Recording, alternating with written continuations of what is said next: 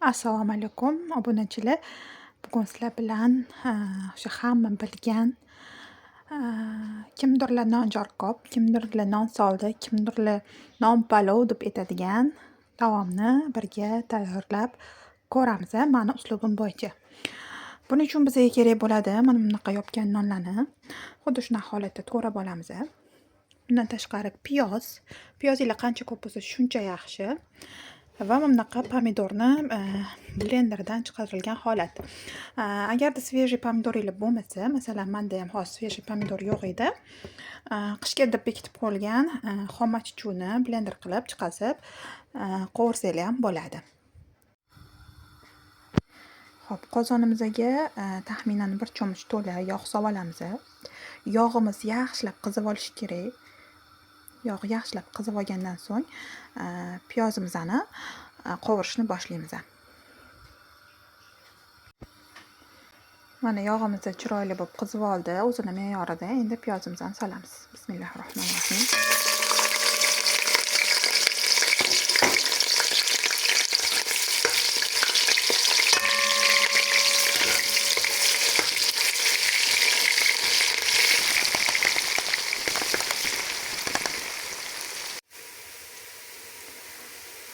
Piyozimiz mana shunaqa tillarang holatga kirishi kerak.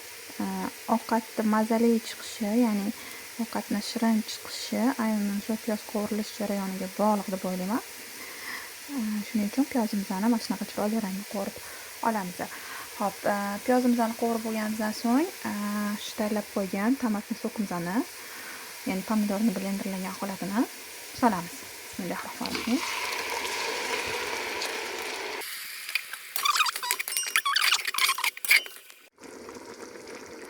Mana qaranglar, shunaqa biqinlab qaynab chiqadi va bu orada qaynash davomida tabingizga ko'ra tuz, ziravorlar solasiz.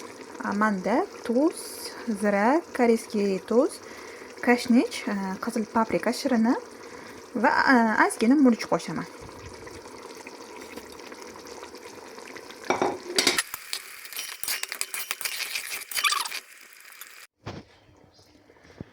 Xo'p, demak sardagimiz qaynayapti.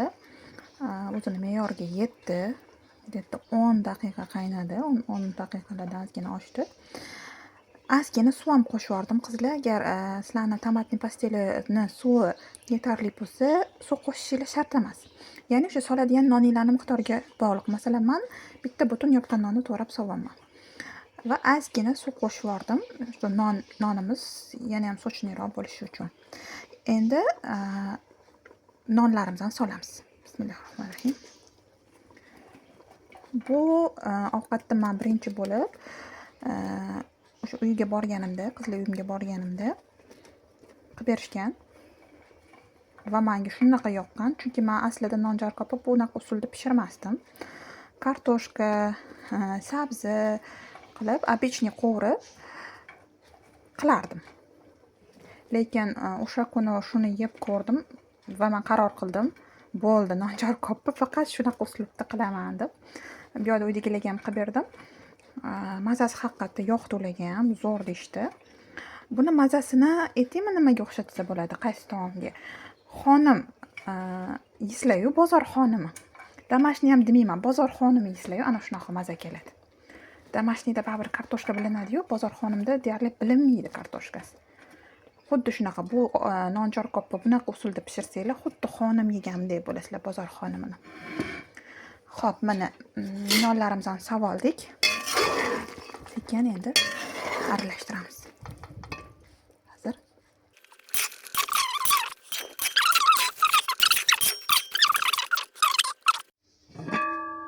ovqatimiz pishdi. Mashalloh, juda ham mazali ko'rinishidan. Mana hozir buni suzamiz. Mana mashalloh, juda ham chiroyli nonjorkopimiz tayyor bo'ldi. Men ko'rinishini o'zi bitta temada buni boru. Mashalloh. Buni mazasi juda ham vkusni. Yeb ko'ringlar, обязательно qilib.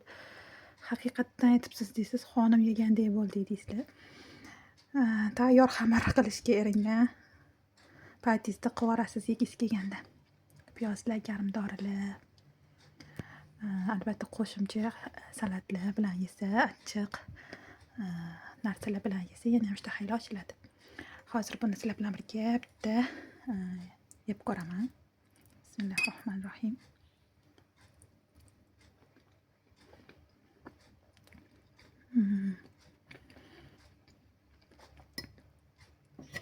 Mashalloh.